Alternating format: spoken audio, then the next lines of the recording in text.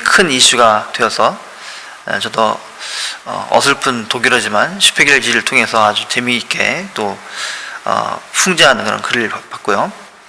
일본의 아베 신조가 갑자기 피습을 당했죠. 전 총리가 피습을 당했습니다. 결국에는 하루를 넘기지 못하고 사망을 했습니다. 크고 작은 여러 사건 사고가 끊이질 않죠.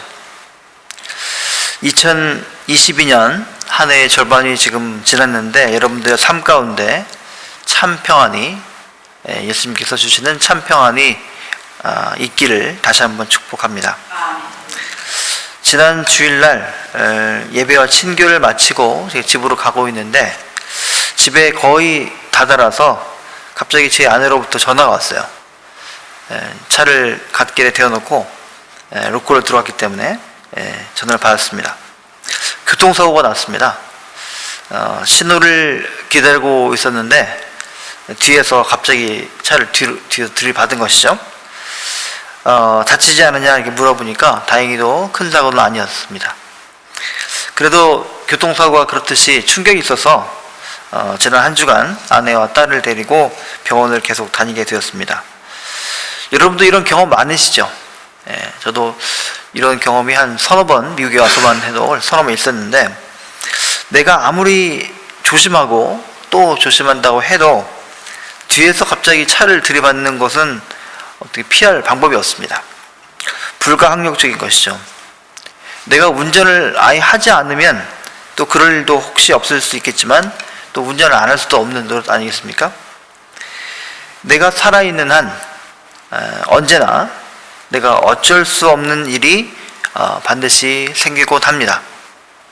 그게 어쩌면 인생의 비밀일지도 모르겠습니다. 내가 아무리 노력해도 병이 찾아오고요. 내가 아무리 노력해도 사고가 나고 내가 아무리 노력을 해도 사람 관계가 어그러지곤 합니다. 예수를 믿고 사는 우리도 마찬가지죠. 예수를 믿는다고 해서 사고가 안 나는 게 아니죠. 오늘 성경 본문의 사도 바울이 그렇고 구약의 여러 신앙의 선진들도 다 그랬습니다.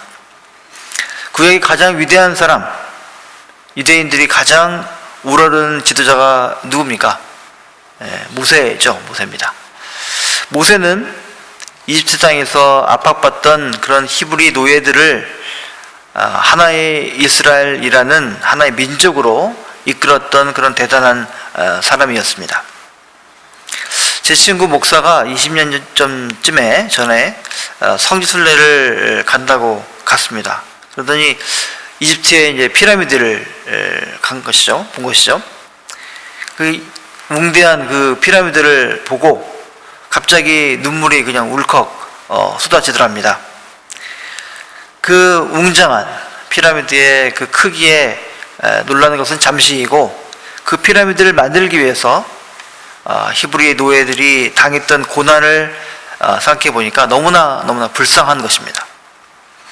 그 옛날 히브리 노예들을 밤낮으로 부려서 그 큰 피라미드를 만든 것이죠. 얼마나 많은 피라미드가 있는지 모릅니다. 그런데 그 히브리 노예들을 해방시켰던 지도자, 그가 바로 모세입니다. 구약 성경의 처음 5권 창세기로부터 신명기까지 모세 오경이라고 우리가 부르지 않습니까? 이 모세의 오경, 신앙적으로 이 성경을 모세가 기록하는 것으로 우리가 받아들이고 있습니다. 모든 성경의 인물들이 하나님으로부터 직접 간접적으로 계시를 받아서 말씀을 기록했지만 이 모세만큼 생생하게 하나님을 직접 대한 사람이 없습니다. 성경은 그것을 기록하기를 마치 하나님께서 친구를 대하듯이 얘기하셨다, 이렇게 기록하고 있습니다. 모세가 누구죠? 그는 나이 40까지 이집트 궁정에서 최고의 교육을 받았던 그런 사람입니다. 나이 40이 되어서 노예로 살고 있던 동족이었던 히브리 사람들을 위해서 이제 뭔가 해보려고 했죠. 그럴 때 자기 백성들로부터 거절을 당했습니다. 그 살인을 저지른 대가로 추방을 받아서 40년을 광야에서 양떼를 치면서 살았습니다. 나이 80이 되었을 때 하나님의 산 호렙, 그 호렙산에서 떨기나무에 꺼지지 않는 불을 받죠.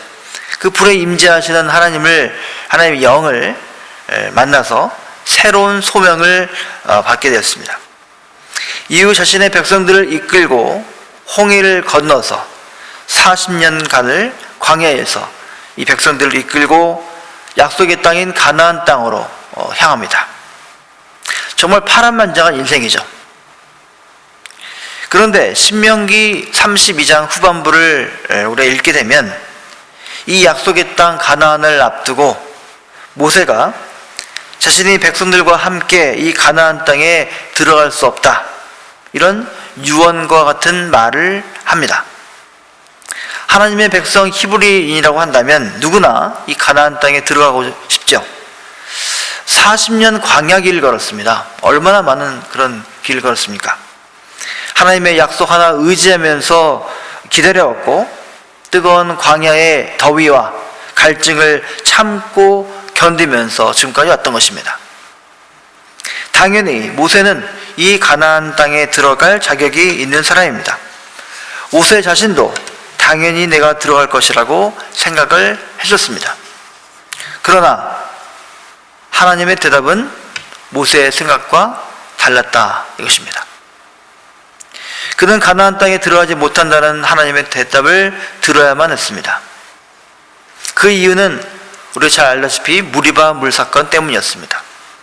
민수기 20장을 보게 되면 이스라엘 백성이 광야 행군 중에 가데스 바네아에 이르렀을 때 먹을 물이 없어서 이제 모세와 아론을 원망하죠.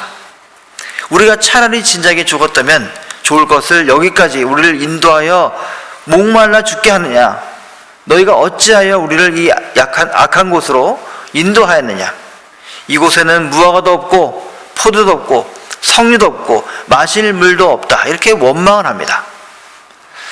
이때 모세는 하나님께 간구의 기도를 드리게 되죠. 이럴 때 하나님께서 모세에게 말씀하십니다. 내가 백성 앞에 나아가 반석에게 명하여 물을 내라, 이렇게 말씀을 하시죠. 이에 모세가 백성들에게 나아가서 반석을 지팡이로 쳐서 물을 내게 되죠. 그런데 이때 모세가 이 일을 거룩하게 하지 않고 조그마한 일에도 불평하고 원망하는 백성들에게 너무나 화가 난 나머지 이 반역자들아 드러나 이 바위에서 물이 터져나오게 해주랴, 이렇게 분노의 말을 하게 됩니다. 지팡이로 반석을 2번 치게 되죠. 이 분노하는 모습이 하나님의 영광을 가르는 일이 되게 되었다, 이렇게 성경 기록하고 있습니다. 그래서 가나안 땅에 들어가지 못한다, 이런 하나님의 말씀을 듣게 된 것입니다. 성경은 이 일을 매우 함축적으로 서술하기 때문에 잘 이해가 되지 않습니다. 그리고 납득도 잘 안 됩니다. 아니 40년이나 고생하면서 이스라엘 백성을 이끌고 왔는데 고작 지팡이로 화가 나서 반석을 2번 쳤다는 이유로 하나님의 영광을 가른 일이 되었고, 그 일로 약속의 땅인 가나안에 들어가지 못하게 한다. 아무리 생각을 해봐도 이해가 되지 않습니다. 저는 모세의 편을 들어주고 싶습니다. 그러나 어떤 분은 그래도 지도자는 하나님의 영광을 드러내는 사람이 되어야 된다, 어떤 경우에도 아무리 속상하고 화나는 일이 있다 할지라도 참고 견뎌야 된다, 이렇게 생각하실 분이 있을 것입니다. 성경은 모세의 갈등과 하나님께 항변하는 모습을 담담하게 기록하고 있습니다. 신명기 3장에서 모세는 이렇게 기도하죠. 구하옵나니 나로 건너가게 하사 요단 저편에 있는 아름다운 땅, 아름다운 산 레바논을 보게 하옵소서, 이렇게 기도합니다. 얼마나 간절했을까요? 조상 대대로 약속되어진 그 땅이었습니다. 그 땅을 내게 살아서 생전에 밟기 위해서 수많은 고생을 내가 감수했고 견뎠던 것이죠. 간절한 이 모세의 기도를 한번 여러분 상상해 보십시오. 백발이 성성한 이 할아버지 모세입니다. 그 애끓는 절절한 기도하는 모습을 여러분 한번 상상해 보십시오. 그런데 하나님은 대답하십니다. 그만해도 족하니 이 일로 다시는 내게 간청하지 말라. 면독할 것 같은 매우 매서운 그런 대답입니다. 하나님의 일을 위해서 평생을 다 바쳤던 모세에게 남은 단 하나의 소원, 그 소원에 대해서 하나님께서는 이제 족하니 그만 기도하라. 그만 기도하라. 이런 것입니다. 이스라엘 백성들의 어리석음으로 인해서 화를 냈던 이 모세에 대해서 하나님께서는 왜 용서를 하지 않으셨을까요? 하나님의 종 모세가 가나안 땅에 들어가게 하는 일이 그렇게 하나님께서 어려운 일이십니까? 이스라엘의 수많은 백성들도 다 들어간 그 가나안 땅인데 모세가 그 땅 한번 밟아보는 게 그럼 무슨 문제가 됩니까? 왜 가나안 땅이 보이는 그 목전에서 야속하게 모세의 마지막 소원이었을 그 소원을 거절하시면서 그만하면 족하다 이렇게 하나님께서는 하셨을까 하는 것입니다. 저의 작은 머리로는 도저히 이해도 납득도 되지 않을 뿐입니다. 오늘의 본문 고린도후서 12장 말씀도 똑같습니다. 사도 바울은 모세와도 같은 그런 위대한 사람이죠. 대단한 사람입니다. 사도 바울이 없었다면 오늘의 기독교가 있을까 싶습니다. 사도 바울은 수많은 그런 전도 행적과 그의 서신을 통해서 오늘의 기독교를 만들었다 할 수 있습니다. 신약 성경의 많은 책들이 이 사도 바울이 직접 기록한 서신들이었습니다. 그런데 그는 육신의 질병으로 인해서 많은 고통을 겪고 있었던 모양입니다. 어떤 학자들은 그것을 안질이라고 하기도 하고 어떤 사람은 간질병이다 이렇게 말하고 있습니다. 만약 시도 때도 없이 나타나는 이 간질병을 앓고 있었다고 한다면 이 사도 바울의 기도가 얼마나 간절했을까요? 제 대학 동기 중에 한 친구가 이 간질병을 앓던 친구가 있었습니다. 신입생 환영회를 하고 잔디밭에 앉아서 서로 통성명을 하고 서로 인사를 나누고 노래도 부르고 그랬습니다. 그런데 그 친구에게 간질병이 그 증상이 나온 겁니다. 얼마나 옆에 있는 사람들이 놀랐는지 모릅니다. 저도 많이 놀랐습니다. 처음 봤으니까요. 그 친구를 통해서 이 간질병이 무엇인가를 처음 알게 된 그 순간 지금도 잊지 못합니다. 그게 얼마나 그 친구와 그 가족에게 얼마나 힘든 일인가 절감한 순간이 기억이 납니다. 죽은 자도 살려내는 이 능력의 사도가 자신의 병을 고치지 못했을 때 받아야 했던 그 사람들의 조롱과 수치 한번 상상해 보십시오. 다른 사람들은 다 고치는데 자기의 병을 못 고치는 것이죠. 차라리 죽기를 원했을지도 모릅니다. 그리고 그는 무엇보다도 예수의 복음을 전하는 데 있어서 걸림돌이 되기 때문에 하나님께 이 육신의 가시를 없애달라고 간절하게 기도했던 것입니다. 자신의 건강만을 위해서가 아니라 하나님의 복음을 전하기 위해서 그렇게 기도했던 것입니다.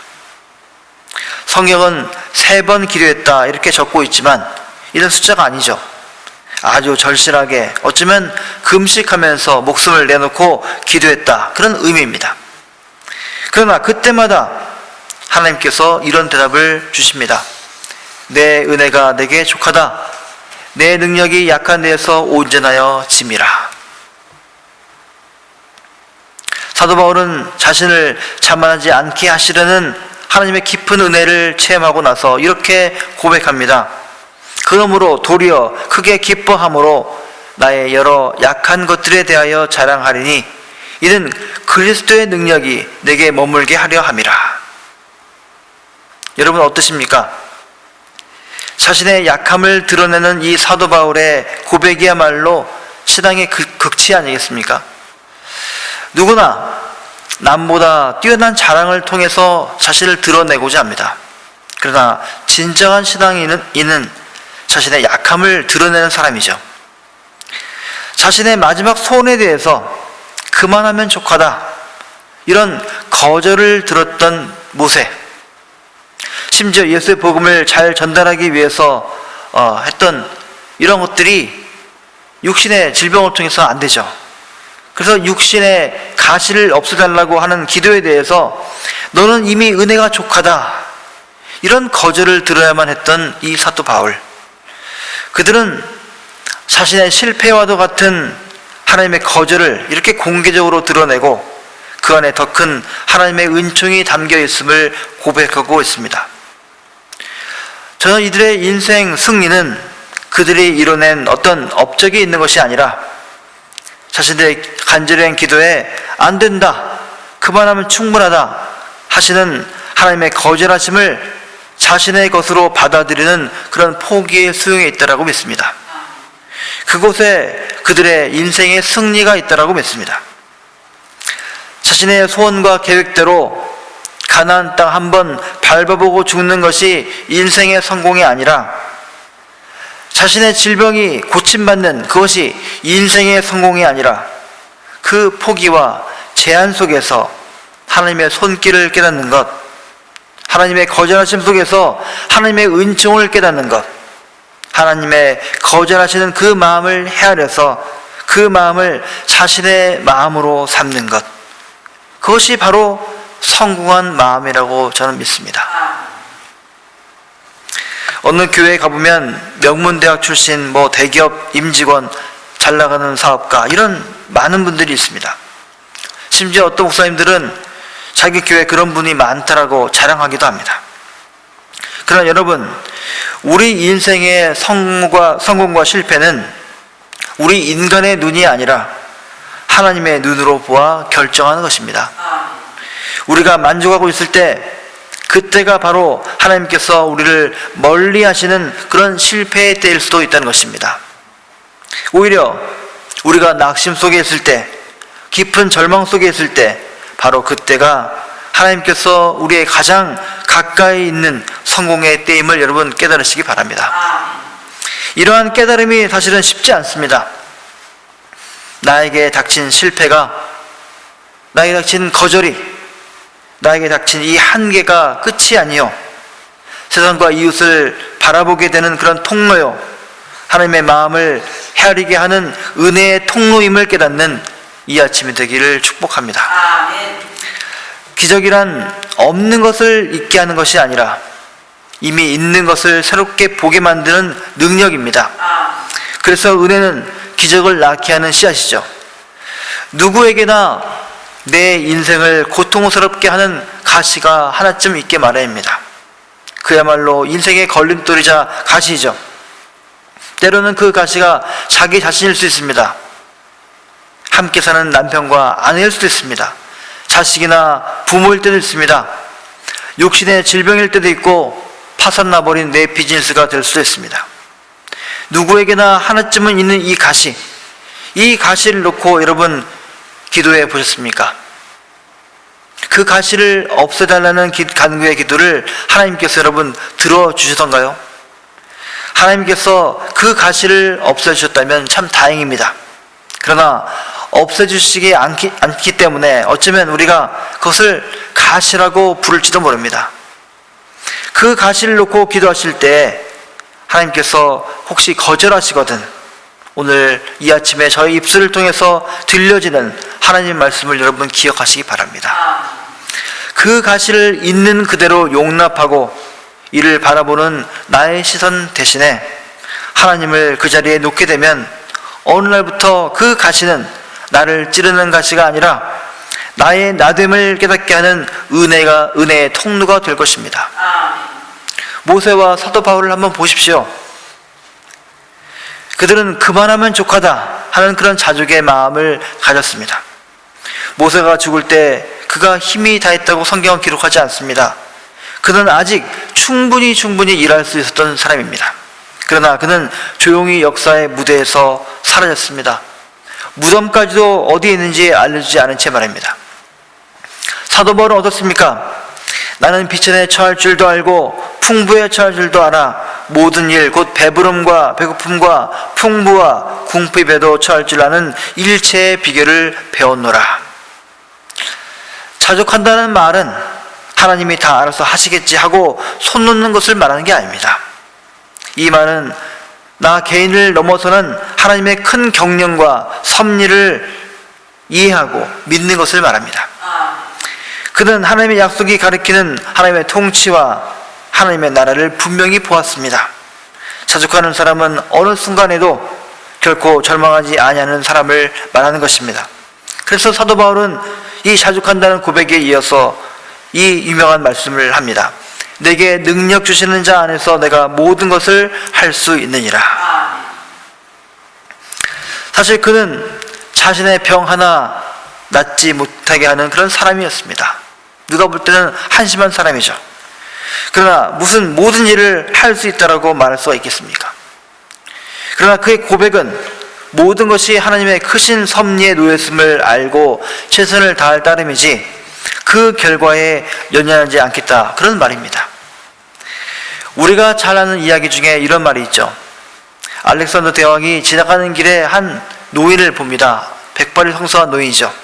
그런데 그 노인이 포도나무를 심고 있었습니다. 젊디 젊은 알렉산더 대왕이죠. 조롱조로 노인에게 말합니다. 노인 양반, 내가 보기에는 당신은 얼마 못 가 죽을 텐데 왜 포도나무를 심어서 그런 고생을 합니까? 물어봅니다. 그러자 노인이 대답하죠. 저도 제가 심지 않은 포도나무를 지금껏 먹고 살았습니다. 제가 못 먹겠지만 제 우선 그 누군가는 먹게 되겠습니다. 우리는 모두 다 크리스찬입니다. 하나님의 명을, 하늘의 명을 받고 사는 사람들이죠. 하나님의 명을 받아 살다 보면 때로는 내가 어찌할 수 없는 난관에 부딪히기도 하고 모세와 사도 바울처럼 육체의 가시로 인해서 절망할 때도 있습니다. 그 가시를 남들에게 들킬까 두렵기도 하고 때로는 밤잠을 설치기도 합니다. 아무리 고민하고 아무리 하나님께 원망하며 기도해도 하나님께서 묵묵부답이시고 때로는 거절하시기도 합니다. 저도 마찬가지입니다. 저도 제 인생의 가시로 인해서 낙담한 적도 있고 괴로운 적도 참 많습니다.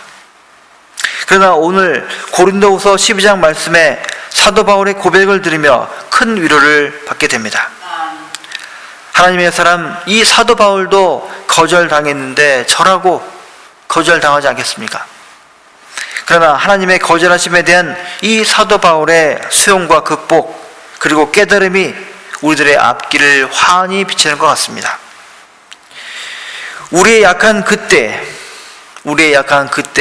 그리스도의 능력이 나타나고 우리의 약한 그때에 참된 소망이 있는 것입니다. 여러분 한 주간 주님의 자녀로 열심히 살아가시기 바랍니다. 그러다가 혹시 넘어지면 어떻습니까? 곁에 계신 영락교회 형제자매가 여러분들을 부추길 것입니다. 그리고 무엇보다도 임마누엘로 동행하시는 예수님께서 계시지 않습니까? 오히려 사도 바울처럼 기뻐하십시오. 하나님의 능력은 우리의 약한 데서 온전하여집니다. 한 주간도 주님의 능력에 잇대어 살아가시는 저와 여러분 모두가 되기를 간절히 축원합니다. 아멘. 기도하겠습니다.